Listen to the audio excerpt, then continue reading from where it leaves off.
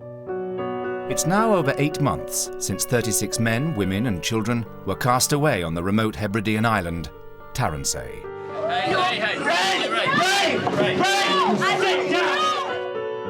Their first winter together was a stormy affair as they struggled to adapt to their new home and to living with each other. Let me finish! No, don't finish. I'm going to finish.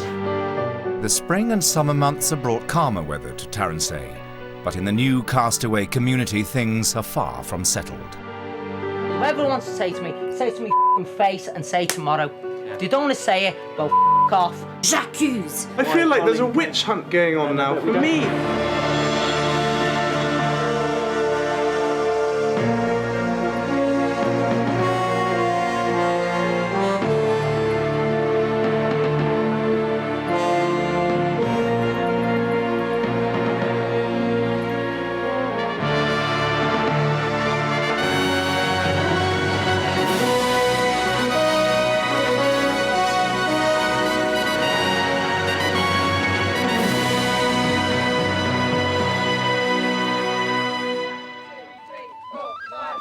It's May Day, and bathed in glorious sunshine, the Castaway community comes together for a day of celebration. Well, ladies and gentlemen, welcome to the first annual Children's May Day concert. Yay!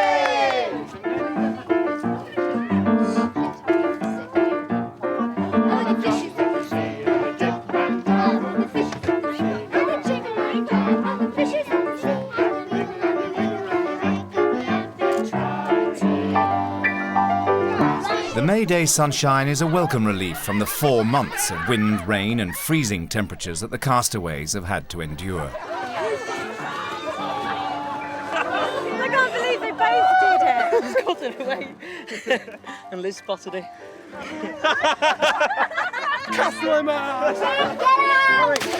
Despite the freezing sea temperatures, the castaways take their turn in the Taransay stocks as the May Day celebrations come to a wet but happy conclusion.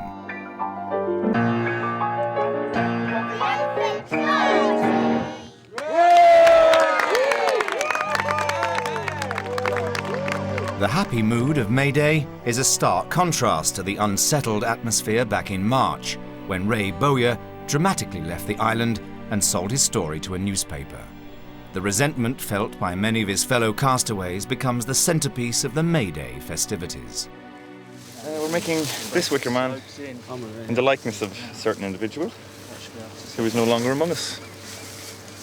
Long may it continue to be so. I think it's brilliant. I think we've not only done him justice, we've actually flattered him a bit. He actually looks better looking, doesn't he? Well, I hate us, but he shouldn't have done what he did. Anyway, it's a bit of a laugh. Hopefully he'll have a few drinks on us. Ash?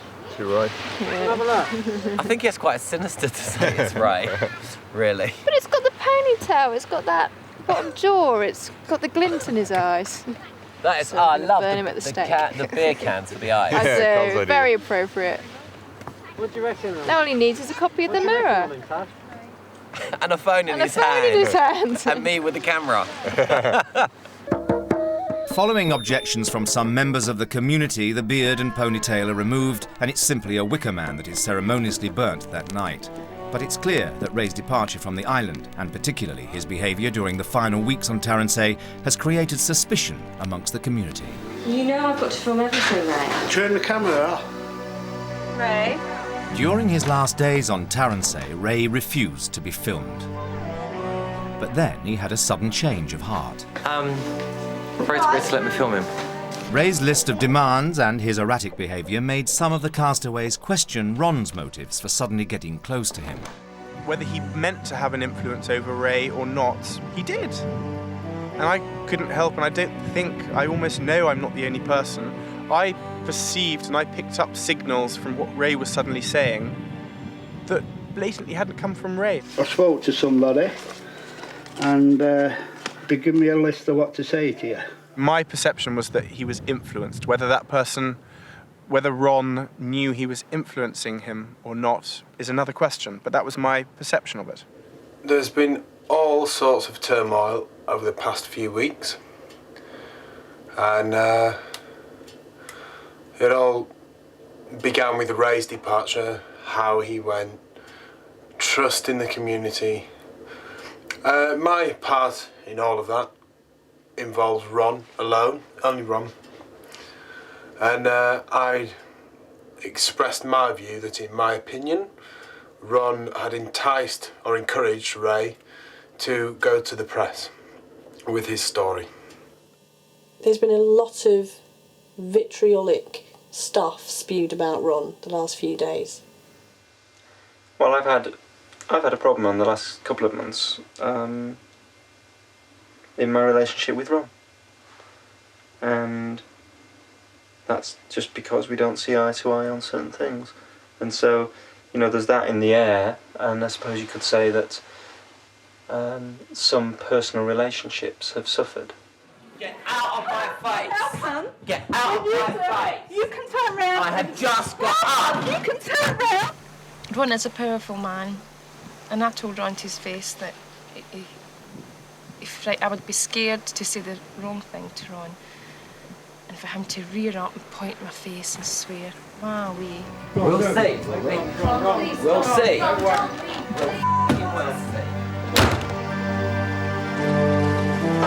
For many, this was not the first time that Ron had been a manipulative influence on the community. Ben, in particular, felt under pressure after 4 months of Ron's rumours and snide comments. Peter put it down to psychological bullying, if that makes any sense.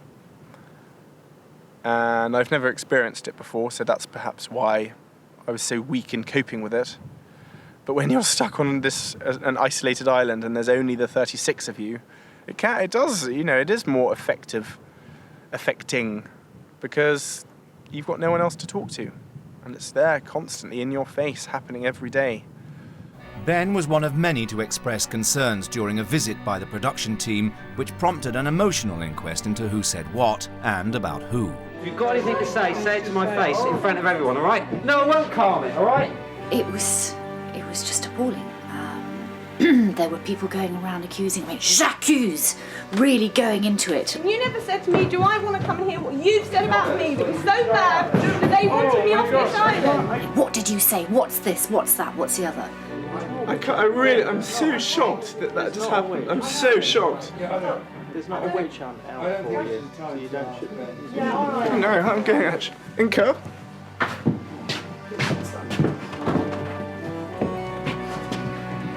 There were tears, accusations, recriminations. It was just appalling. Whoever wants to say to me face and say tomorrow. Yeah. If they don't want to say it, well, off. And no disrespect to anybody. They've got no qualms with me. I've got no qualms with anybody. And they want to say it straight.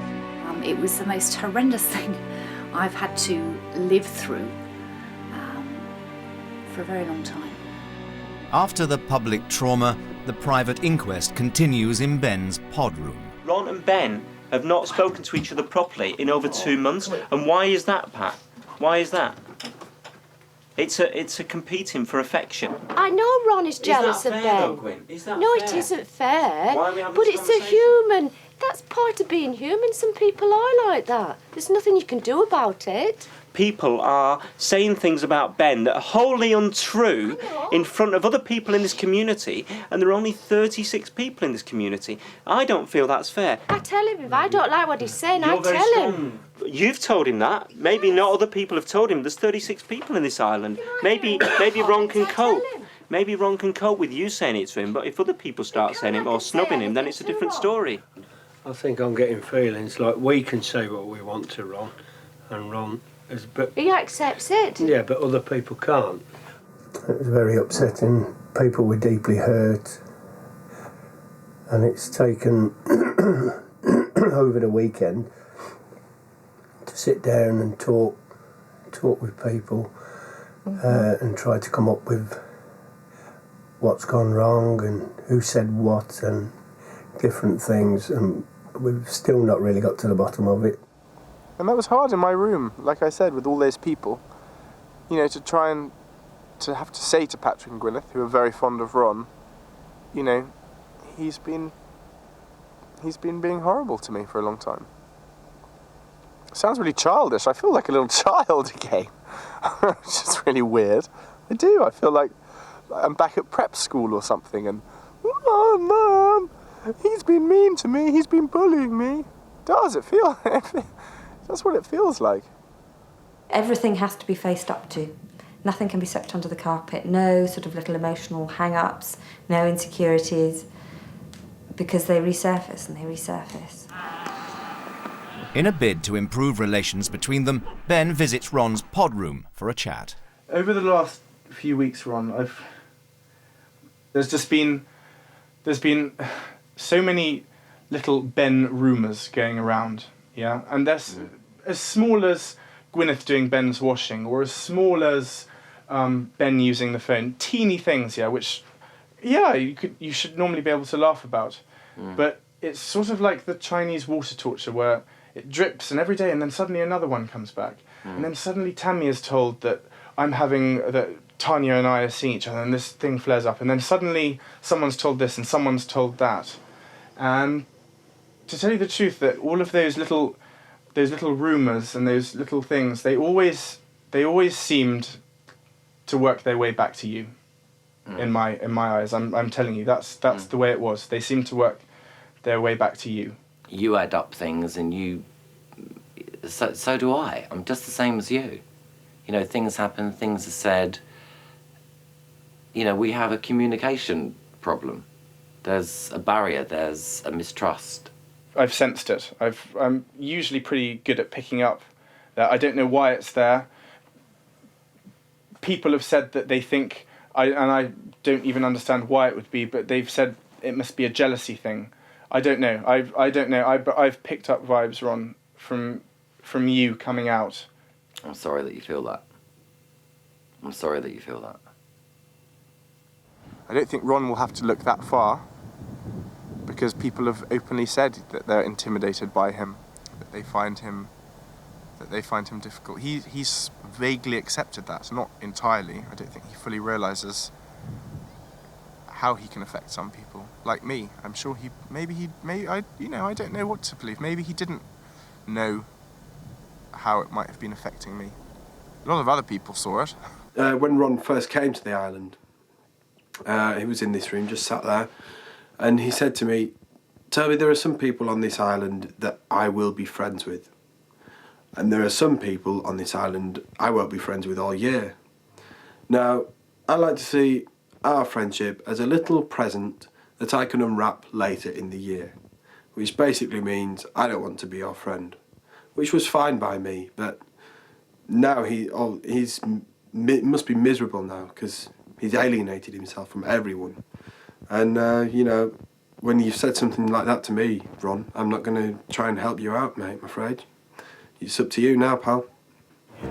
It's late March, and the arrival of the fortnightly mail boat is a welcome distraction from the recent upheavals. The castaways have a limited budget to buy food and provisions. Achieving self-sufficiency takes time, and until then their budget provides essential supplies and a weekly personal allowance of £5 per person for small individual luxuries. One of the frustrations, actually, is having to wait for stuff to arrive. You know, normally you're at home and you want to do something, you just go straight ahead and do it. Whereas here you have to always wait for things to come.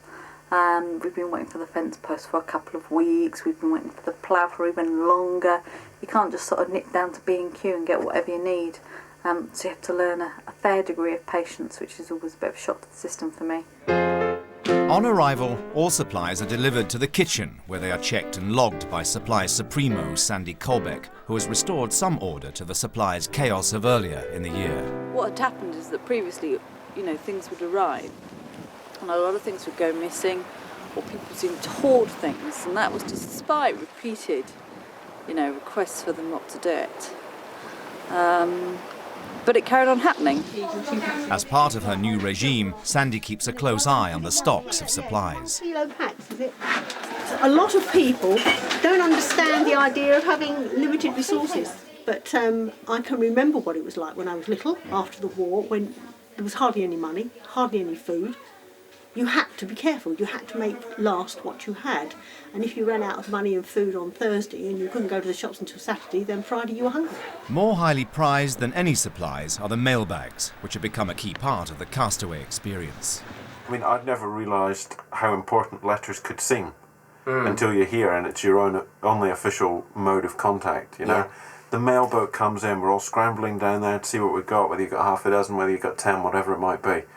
Oh, I've got half a dozen all of a sudden, you've got 10. Well, like 74. Under the rules of the project, the castaways are allowed to receive letters, but not parcels. But when parcels start to arrive, the community is divided over what's an acceptable size. And as you can see, they're all regulation size as well. Quite slim. Look at the edge of that. Very thin, that. So. Well, I could have done without them. Well, because you're not really missing much then, are you? And it makes a bit of a mockery of the personal allowance. Because the idea of the personal allowance is to just to wait and only have things that you really, really do need. And maybe you don't even need those. And are they parcels, Gwyneth? If you're a true castaway, you wouldn't have parcels, would you? Because there wouldn't be a postman. Soon it will be time to plant the crops, and to protect them from the island's hungry deer, an 8-foot perimeter fence must be built. Des has got a cunning plan to enlist volunteers. Well, it's all dependent on getting some sort of, great team spirit and some bit of camaraderie and a bit of competition going, really. I think it's going to be teams, so whatever team, quick, sharp. That's right, and if we do it in 2 weeks, maybe there'll be 24 cans of lager. 24 cans of lager. 2 weeks' work for 24 cans of lager, that must be about 24 quid. How much is that per person? It's about 4 cans of lager each if there's 6 of us in the team. That's right. How sad is it that we're working for a can of lager? Ben, Mike and Tammy are the first to take up Des's challenge with mixed results. Ben, the idea is to get the post in the ground, not much the time. That looks like the end of a cartoon stick of dynamite, doesn't it? We're slightly behind our 4-hour schedule, but if we do 50 posts between the 3 of us, that's it, we're off. How many? 50. How many have we done? I don't know, 20? I've only got 250 of those to put in. How many, Des? 250 of those we've got to put in. Into 2 feet of sand, or sometimes it's bits of granite. How far should we put it in? Just whack it on. Never ones to miss an opportunity, Toby and Trevor sink a post in the middle of a stream in a bid to wind up Des. How's it going? Yeah, go on that, Lou. Pull that completely out. What? That is all over the place. Des has phenomenal energy. Sometimes his manner rubs people up the wrong way. I mean, if you go and have a look at it from the top, you'll find there's it's a Saturday afternoon job. But his heart is really in it. He's really focused on doing as much as he can. And, at times I think it's difficult for people to keep up with his energy. And sometimes they just think, oh, for heaven's sake, just you want to do it, you go and do it, leave me alone. We did our best. I know. But on the whole, he's really good at getting things going. In fact, if he hadn't been here, we wouldn't have done half of the things that we've done. And the same with Peter. They've come in for a lot of stick. But we couldn't have done it without them. The community horse, Ailey, will be used to plough the land. Des and Trish decide to test her pulling power with a lighter load of shingle. We've been wheelbarrowing shingle for the last few weeks, and then we've done about 40 barrels, and we still haven't covered the front bit of the steading. They come along with the horse, one load, do the lot. That's my week's work, I'll get my wages cut because of you. Pulling a homemade cart built out of driftwood and washed-up boys, Ailey passes her first test. I think everyone's been quite disparaging about whether she would be able to plough or not, but I mean, this system seems to be working quite well. So, I mean, they've managed to put it together quite well. She seems to be doing that no problem, but it doesn't really look like she's using any energy in doing it either. Rock on, girlie, come on. Come Go on. Go on. Good girl. With time running out to get the crops in the ground, the pressure is mounting on both Ailey and Trish to live up to the community's expectation that she share some of the workload, and, more importantly, that she pulls the plough. Well done. Over the moon. No, well done, Dad, for the design. No, but yeah. Because I was going to build a sledge. Despite the successful trials, nobody is really sure whether Ailey can rise to the challenge. Walk on. Go on. Go on. Go on. Go on. Walk good girl. Walk on. Some pace up and then I'll lower it in again. Walk on. Go on, good girl. Even with Des helping to balance the plough, it's clear that Ailey is struggling.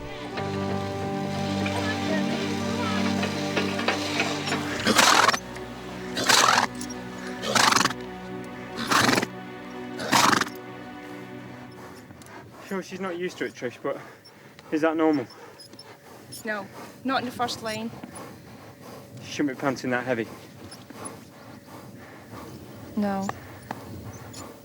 As much as I want her to plough, I'm going to say no. Due to the delay in starting to plough, the community decides to hire a rotavator to turn the soil. But despite being behind schedule, they remain optimistic about their agricultural prospects. I think it's reputed to be very, very fertile. This Macchia ground is famous for its fertility. It seems very light to stuff that I'm used to, and I'm sure it's a bit acidic. So I know it's very good for root vegetables, and not so good for hungry vegetables like the brassicas and stuff, although they assure me, the locals, that you can grow very good cabbages and stuff. So yeah, I'm hoping it'll be all right. Everything we've planted in earlier on in the polytunnels has been incredibly dramatic and exuberant and fertile. So yeah, it's an amazing place. They say that the season is very compressed, but very, very, very long growing period with the length of days. So although this is much later than I'd be doing further south in Gloucestershire, say a month later, you've actually got that incredible amount of growing time because the sheer length of the days is just incredible already. Most of the castaways are delighted to finally be digging and planting, but there are some not so willing workers. It's just boring. Laborious and boring. But then some of the people here are. So, there you go, really. I've got my thoughts about why I shouldn't be doing work like this. And every now and again I think, well, I could be wrong, I'll give it a go. Let's see what they get out of it. But, it's not for me. Some people don't want to be particularly manual. They don't want to get stuck into things. They just don't care whether we actually achieve that status of self-sufficiency, because maybe in their mind, by the time we start running out of budget, they won't actually be around. In all seriousness, they're planting potatoes. But I think they're only planting potatoes because they don't want to sit down and think or really communicate with each other. So keep busy, keep busy, keep busy. Then we won't have to know each other. How convenient will that be? A whole year of living with these people and going home and going, who were they? Sitting in your room talking about whether you're going to come or whether you're going to go, or who said this about you or whatever, to me is not work. You know, it's just chatter. So let them plant potatoes that are that big to get ones that big. I rest my case. You can go to Sainsbury's, you buy a bag that big, the size you want them. It's really been a battle between people who want to go out and do things and people who don't want to go out and do things. And the divisions there's been resentment between the two divisions, because the ones that do go out and do things think, well, why should we go out and do things while so-and-so is just sitting around not doing anything, not contributing to the community at all, and just living the life of Riley, really, treating the place as a holiday camp. Elsewhere, preparations are underway for the latest departures from Taransay. Shampoo and set, Donny. The fate of the 6 puppies has divided the community since their arrival, but it was decided that they should be rehomed, all except Floozy, Julie Lowe's new best friend. You can't have this one because this one's mine. Like Julie, Ron had wanted to keep one of the puppies, Now he decides to raise the issue once again. I'd like to keep one of the puppies. So I suppose I'm asking what you think about it, really. The dog rules are being flouted all the time. Whatever rules you make, they're being flouted. There was a puppy in the kitchen. You know, how much can you say to dog owners? Well, I've already discussed this with Rosemary. On the days that I teach the children, I'll have the dogs outside the schoolhouse. Because... Oh, I'm not going to get into it. There's only so much. You have to get into it. You have to. They're border collies, for God's sake. They get drenched. That's the point. That's our point. But are you happy with that? Because, you know, it's... If I say I will not bring them in the schoolroom, they will not be in the schoolroom. Well, you just said you couldn't get into it, so which are you saying? That you can't get into it, or they will not go in? I'm not going to get into this stupid game, Roger. I will not get into the stupid game. Well, it sounds as if that's the case. You won't get a puppy wrong. You get into it or you don't. You had a puppy in there the other night. You were not trying to get it out. When? A couple of nights ago, I saw you in the kitchen. Your puppy was hidden under the shelves at the back. When no one else was in the kitchen at night. It doesn't matter. Your puppy is not allowed in the kitchen. And you were making no effort to remove it. Who's ever said that dogs are not allowed in the kitchen? Let's go back to a meeting. We've probably got it on tape, Ron. There are people here who, because of the constant moaning by, say, Ron and Roger, that they've tended to get sick, fed up to the back teeth of all this moaning, and they've taken to abstaining from the meeting, not attending at all. I don't think that's quite sad. And in a way, they shouldn't do that because, you know, however tough it gets, you know, you should try and plough on and work as well as you can to finding solutions to these problems. But when someone's moaning and moaning and moaning all the time, it just gets too tiring to do that. So can Ron keep the puppy? All those in favour? 1, 2, 4. And those against? 1, 2, 3. 15-3 in favour of Ron. Congratulations, Ron, you have your puppy. Good. A lot of people here, believe it or not, they say that they're not animal people and they come to live on an island where, I mean, listen to us, we are surrounded by sheep and there's cows and there's horses, you know, and there's chickens and there's chicken shit and there's cow shit and there's every shit imaginable, you know, and they don't want to come and live with germs. It's an emotional occasion for Trish as she completes the formalities and gives up the 4 remaining puppies for rehoming. For the children too, it's a sad day. And just think there'll be another Jodine somewhere. Who'll look after Merlin. And they'll play with them all day and it'll be the only puppy that they've got instead of one of lots of them, sweetheart. Yeah. Okay.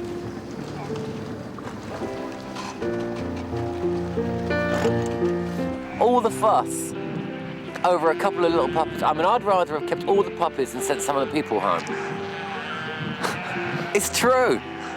There are some people here I'd like to put on a boat and say bye-bye, see you in my next lifetime, and keep all the puppies. Bye, puppies! There was a happier end to the day for Ron as he discovered when the boat returned later.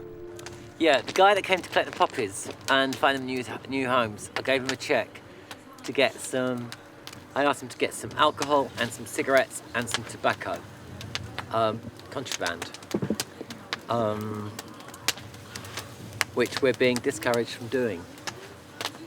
But my argument is that we are deprived of the people we love. We're deprived of... well, we're deprived of people we left behind, and I find that the toughest part of this, and I think a little bit of tobacco or a little drink every now and again is compensation. So I got me Benson and Hedges, Smirnoff, lovely, lovely cocktails on the terrace. Oh, I got my little backs of backy, oh, lovely, lovely, nice big litre bottles of brandy. Oh, Tennant's. Tennant's lager. Oh, lovely things. Lovely. Oh, lovely. And it feels better because you shouldn't do it. See, that's going to cause some real happiness in the community. I mean, just, you know, I'm not saying I'm going to share it with all of them, because some of them are all miserable kids. And I wouldn't share a bleeding doner kebab with some of them, let alone my contraband. 4 months in, 1/3 of the way through their year together, the castaways see the first signs of spring.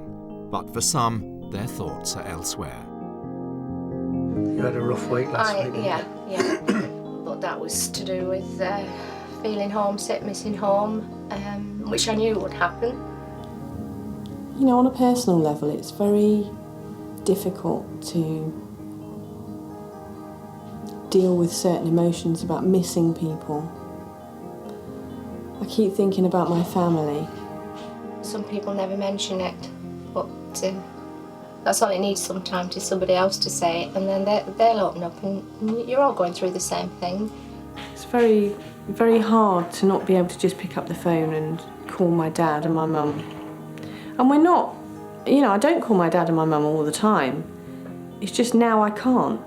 You can look at a person there if they're wandering across to the schoolhouse. You know, you just sense there's something up, so you follow them behind them and just sit down and have a talk with them. And they are opening up now. Yeah. You know, even with tears, some of them, like, which is, you know, you're there to comfort them and just find out what the problem is and try and help. What'd you be doing back at home now, Mike? I'll be at work, wearing a shirt and a tie. Yeah. Almost clean shaven, tidy haircut, in a centrally heated office, drinking shite coffee out of a machine, eating junk food every day, and just basically doing the 9 to 5 or the 8 to 4 or whatever it would be. Yeah. Yourself? I'd be saying clutch down into one, lively up to bike, bring the clutch up slowly.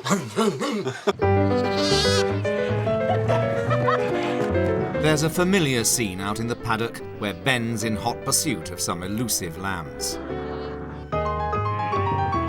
After a productive lambing season, the community is awash with young lambs who must now be brought in for castration and tail docking. There have also been developments over in the pig pen.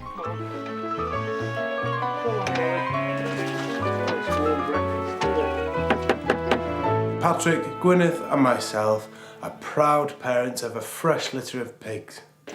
You know, I think 6 is plenty for us because we've still got 9, the original ones. So it could possibly be pork every day for a few weeks. Pork and lamb. In time, all these lambs will be slaughtered and eaten. Meanwhile, the male lambs are in for a different kind of chop. That goes around the balls and around the tail. And you've got this lovely torture weapon that it goes on the end of.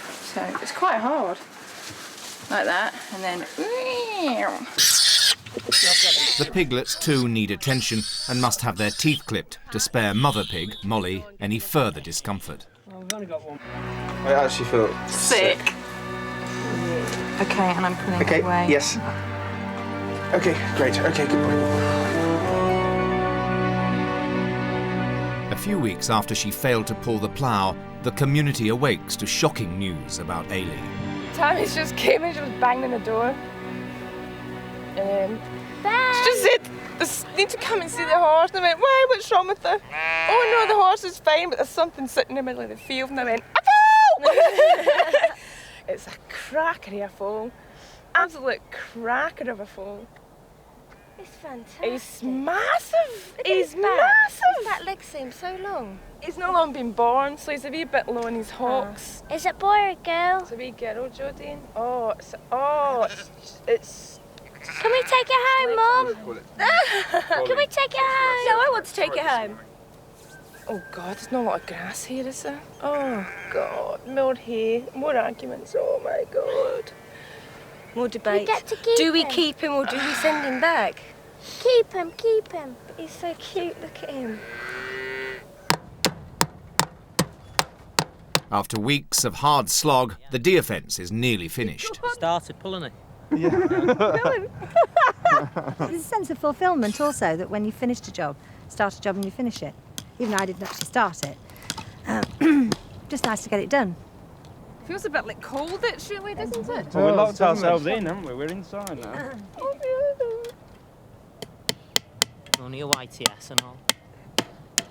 It's the last final bit of the sort of big infrastructure thing of the island, you know. We've now got the fence, we've got the area rotivated, we've got, you know, the plants going, and it's just planting out now and hoping that we can grow the stuff. I'm only working on it so I can get a beer at the end. Only been on a couple of hours, that's it. I've not said to any of the boys, but and Hilary and Trish, but I brought 3 cans of Stella with me, and it's like, you know, the old Shawshank Redemption when people drank beer on the roof of the old wash house or whatever it was, you know. So we're all going to sit in the sun, look out to over the area that we've enclosed. Exactly, Mikey. Yeah, and we're going to have a little drink to celebrate. Stella. Oof. That could be worth hanging around then. Well done, Trish. Oh, thanks. Well done, Trevor. Well done, Roger. Well done. Well done, Roger. Oh. Is Oh, Mikey it's allowed to fizzy. sit? Oh, the fizz. Is he allowed to sit? Oh, that is better than homebrew. Got to say, better than old Cloudy. Or old McLeany. Yeah, old McCleary or McLeany, yeah. They've been taking the piss lately out of my beer. Especially that Des Monks, for it being cloudy. And I'm in a no-win situation here. All week long, they nag me, is the beer ready, is the beer ready?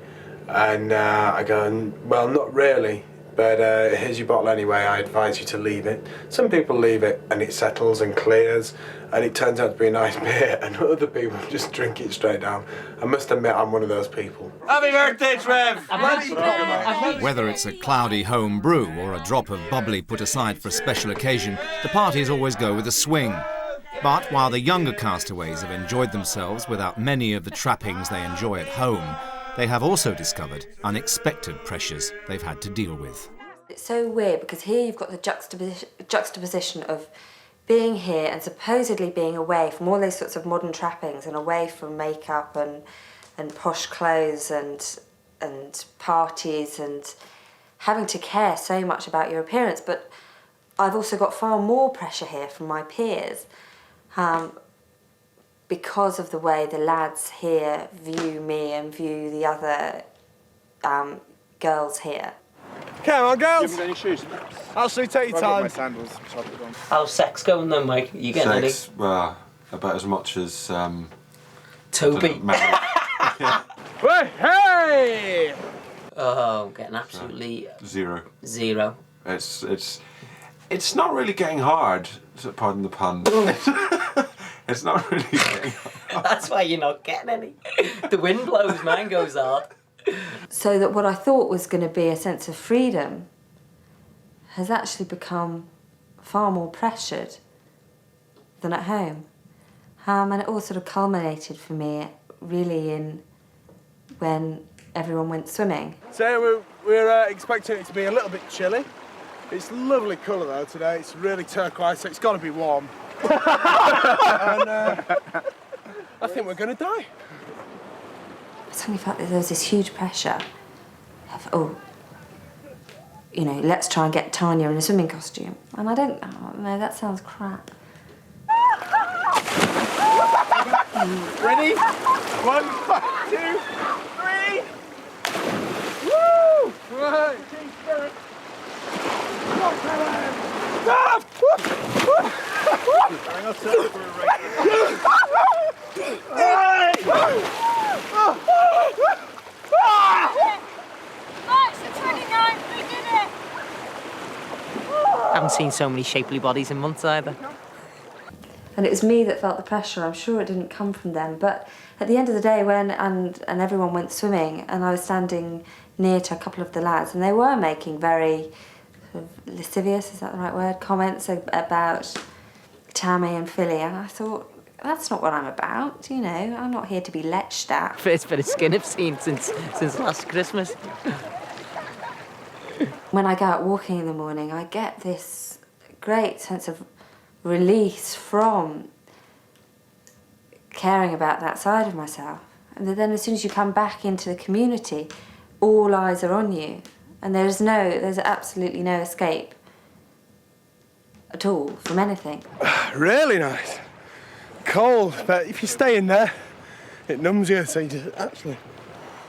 It's brilliant, actually. And I feel warmer now than I did walking down here, because obviously I've got so cold. So I feel quite warm now. But yeah, it's brilliant. And the way it's going to be in the summer is absolutely amazing. It's going to be brilliant. Bit on Tammy, which is really good to report. She seems to be really, really happy all the time now, and it's really good. Whatever was making her upset before, either she's dealing with it better or it's disappeared. But whatever it is, it's just great to see her back on top form, and she's a great girl. Been spending time with her. Go on, speculate on that. Everyone here bloody well is. Because it is so tight-knit, not saying everybody gets to find out, but you can't really do anything without everybody else knowing, which in some ways is good, because the likes of Sandy, now he wasn't feeling too well, everybody notices straight away and they're up there to help. So that's in a good positive way. In a negative way, if you're just having a quick snog with somebody, you know, and then somebody spots it, then, you know, I don't know, you could say even Toby, say, for example, as a loose example, and that, if Toby was having a snog and say, you know, hindsight with who? With... I don't know, you could say Tammy, I suppose. Okay, for instance. We'll use them as... For instance, for instance. And then basically everybody knows, including maybe 9 million viewers. How did they find out? If that type of thing happened. And that's how rumours start, and we all get pulled in and the crap hits the fan. Just be terrible. The continued improvement in the weather is reflected in the mood of the castaways.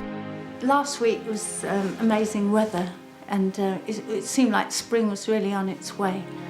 I adore this place, it's brilliant, and I still, every day, stop and look round and realise where I am and how lucky I am to be here. The strange thing about the island is that without trees and shrubs, it's really difficult to actually recognise the signs of spring. I've just been from a second run in 2 days. It's great, run up to the bothy, along the coast with the sun on my left, and then past the bothy to the Standing Stone, up round the back to the Dun in the lock at the top, and then all the way down the valley.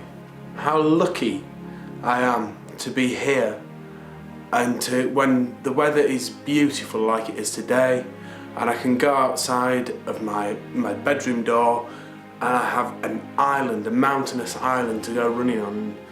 It's just fantastic to be free running up on the hills there, and thank you very, very much for this opportunity. I think, well, we've had a brilliant week weather-wise, so that has, I think, really lifted everyone's spirits, because we've had 4-5 days of calm weather, not to mention sunshine. But I think the most striking thing is the stillness, which is so amazing. When you have constant wind, you don't realise how that wears you down, how exhausting it is just moving around between buildings. And when it's suddenly still, I just find it the most extraordinarily sort of peaceful, relaxing sensation. It's like suddenly everything seems possible.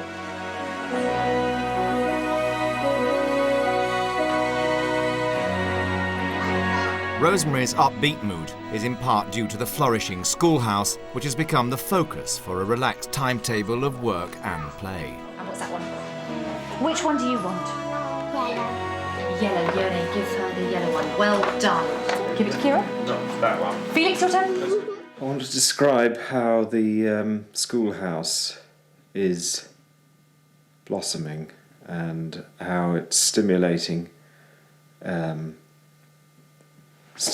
really creative learning. We've always thought, when we first saw it back in November, that it was had enormous potential for creative learning with its situation. It's sitting atop a pristine white sandy beach, which the kids love. The door opens out onto a little balcony from which they barely fall off and walk down onto sand and often play for hours. So it's a kiddie's place and it's a kiddie's building. The size of the space, the shape of the space, what's in the space, the view from the space. It's intensely exciting. It's producing maths, and it's producing reading, and it's producing little characters. And I don't believe there are many schools around that can give their kids that sort of experience. Roger's delight with the schoolhouse is soon overtaken by concern for the state of supplies as he and Sandy are mysteriously spotted heading for the remote building at the other end of the island. Wait, you're about to get on the boat. Really? Oh, right. Am I? Oh, I see. I'm following Sandy's orders. We have a critical situation with the food. We have been informed categorically that we cannot get any more food until Wednesday next week. And I have serious doubts if we can truly manage a reasonably well-balanced diet for everybody in that time. What are you going to do? Well, you better speak to her. So, we have taken the initiative to do some shopping on Harris. Unknown to the production team, a local boat owner has been delivering contraband to the island, and Roger and Sandy are planning to hitch a ride. Well, as I say, there's a healthy contraband flow, and I've been slipped a few quid. Unaware of Roger and Sandy's plans, some of the castaways are compiling their contraband shopping list. So I've got a bottle of whiskey, and I started off with 2 Cadbury's chocolate button Easter eggs, but it's gone up to 3. I really want some fresh orange juice. I've got to have some of that because I'm dying for lack of it. There's cash here of the order of 300, 200. My own personal feeling, I'm absolutely disgusted by it all. Because I came here as a castaway, but there again you get dragged into the cesspit of illicit goods, don't you? So you have to live with it. Contraband everywhere. Contraband heaven. It's Taransay, you know? Island of pirates. Ooh! So, I feel wealthy. How they trust me is another story.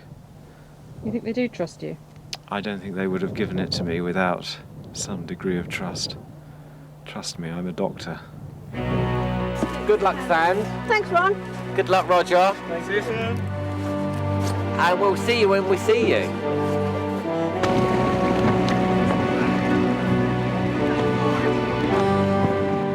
He began to talk about the lack of foliates for his children. This was 9 days later. I suddenly look back and see that as the roots of another crisis that Roger has engineered out of his own insecurities. We have had so many, the schoolhouse, the meningitis, the dogs, and one thought that this sort of vein of behaviour was exhausted, but suddenly the next crisis is the lack of fresh vegetables for the children. They didn't ask anyone, they didn't consult with anyone. We're not castaways. It's ridiculous. Now to be seen in a Safeways or some store on the mainland to be quickly solving a minor problem seems an absurd situation to have got ourselves in, and something I'd rather not be associated with. I really feel that we don't